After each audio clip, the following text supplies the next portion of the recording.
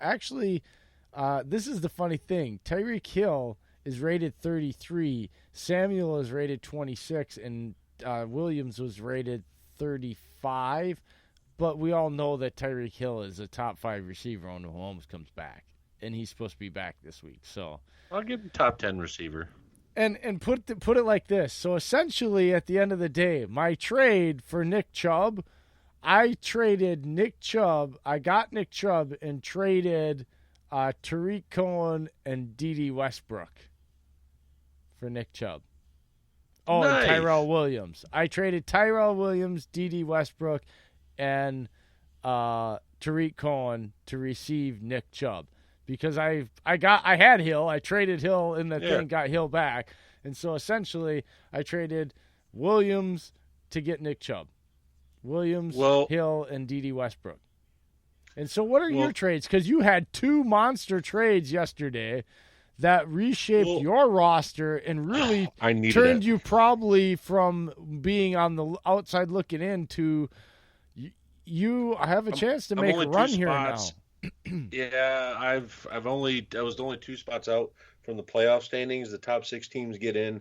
I'm 8th right now, and my running backs weren't cutting it. Yeah, but you know what? The playoff projection bracket only has the top 4 seeds, and then it's got the consolation bracket as everybody else. So I think it's only 4 get in, and the bottom 6 are in a consolation, according to what the bracket's calling Dylan, and he up. said 6. I'm telling you, look at the app, dude, and look at the playoff projection bracket. All right, I'm on the home page. Where is it? You have to go under My League.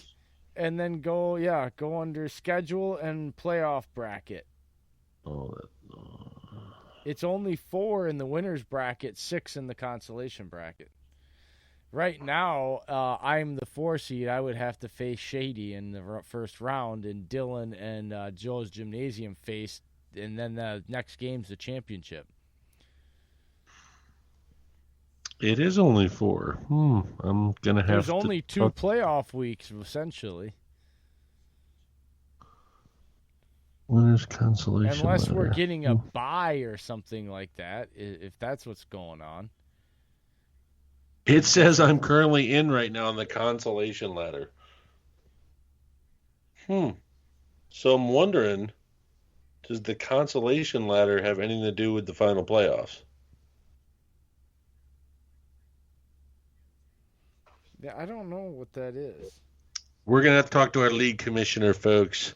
But no, I had 2 monster trades that I went ahead and traded. I believe it was Cortland Sutton, Terry McLaurin, Amari Cooper, and Sony Michel for Alvin Kamara. And yeah, I may have overpaid, but I mean, I traded with Julie Voigt. She was below me in the standings, and I swung for the fences and landed Kamara, and then not even a day later, I traded with her again, got Travis Kelce.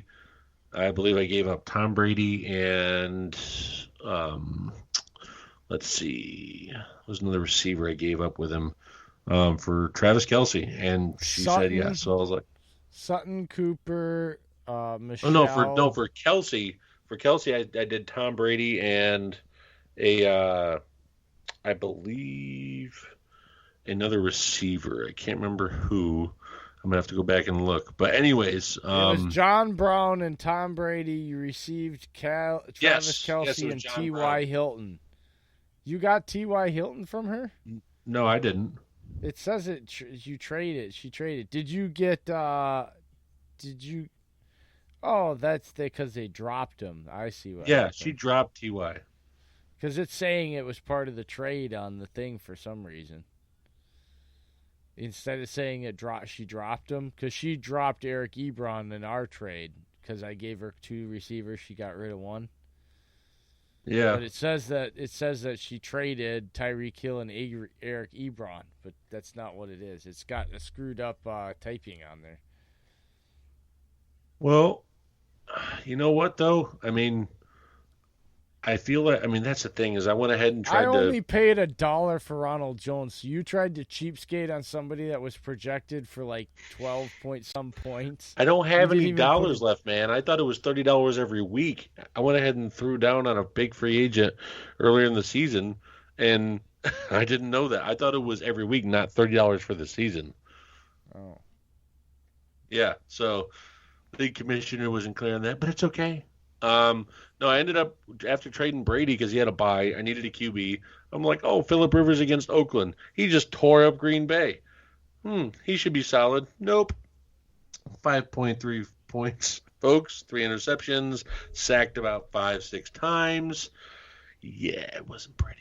But luckily, I'm still only, let's see, Ryan is projected on 109. I'm projected 106. So I'm still with, after Kamara and Kelsey, projected to only 2.6 points away, Jay. So I still could. And the big thing is, Ryan played 3 people on Thursday night. He had Jacobs, Waller, and his kicker. And he only got 27 points out of those guys.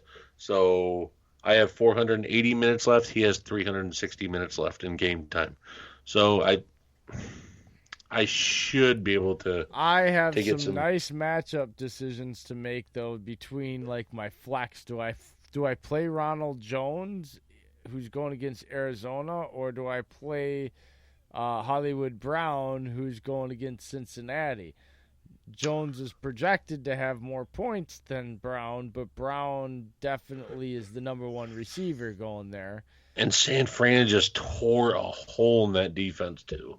But man. I have time. See, but here's my starting lineup this week because Fournette's on a bye. I have Aaron Rodgers, 19.8. Montgomery versus Detroit, 15.5. These are all projected points. Nick Chubb versus Buffalo, 16.7. Devontae Adams versus Carolina, 15.2. Tyreek Hill versus Tennessee, 16.4. Kittle versus Seattle, 13 flat. Jones versus Arizona, 12.2. The Saints defense, 6.5 versus Atlanta. And Gay, the Tampa Bay kicker, Arizona, 5 points. I have Hollywood Brown, Hardman, and Gordon.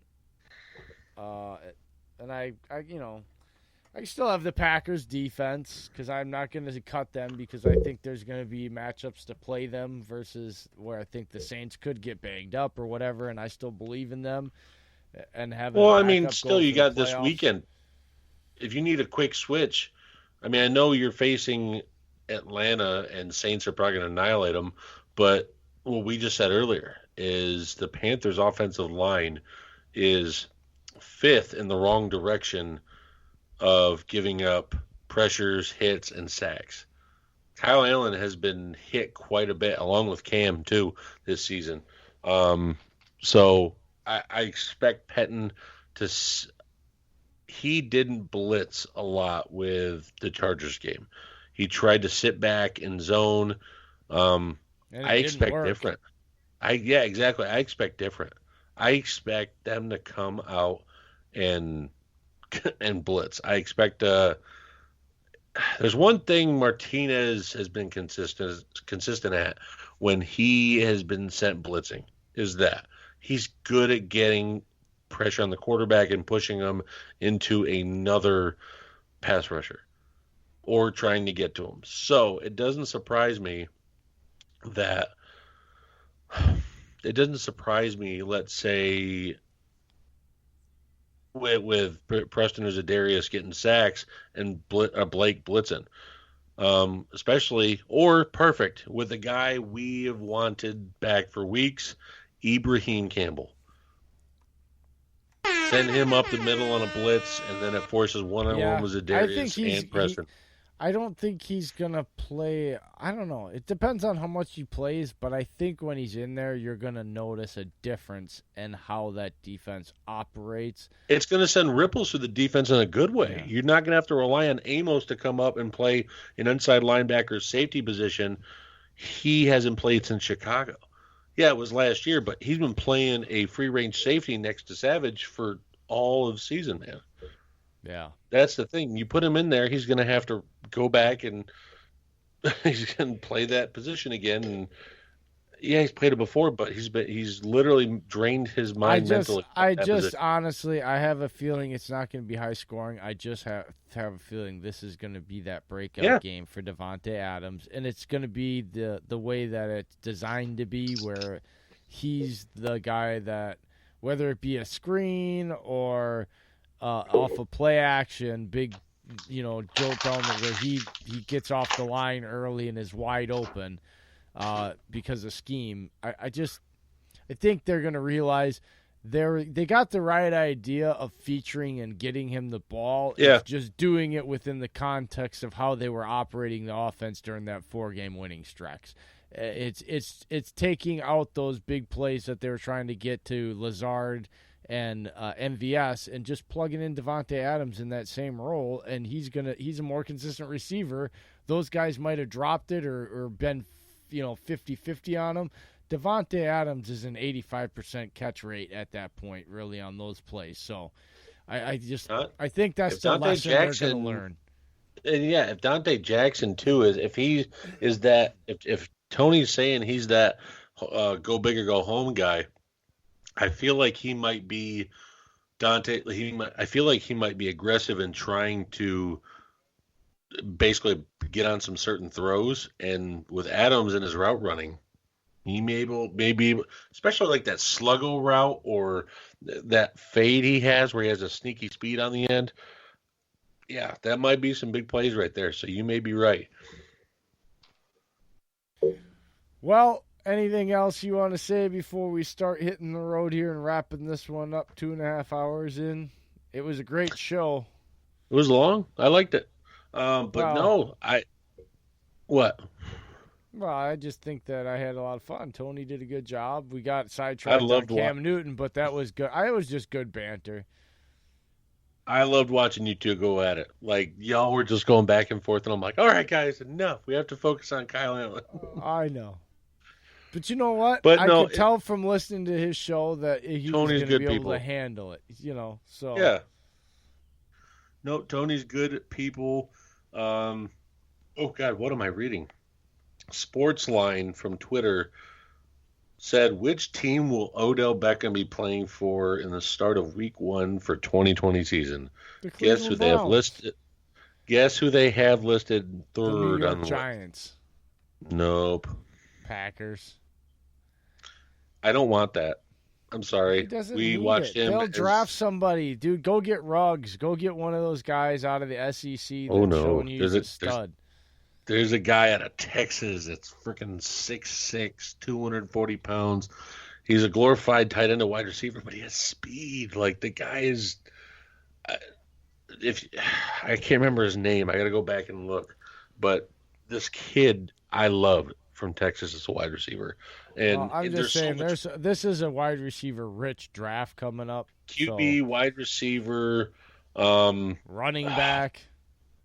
There's a lot of the top end of the running backs in the first 3 rounds are going to be really good. It falls off after that, but the first 3 rounds of projected running backs are pretty good.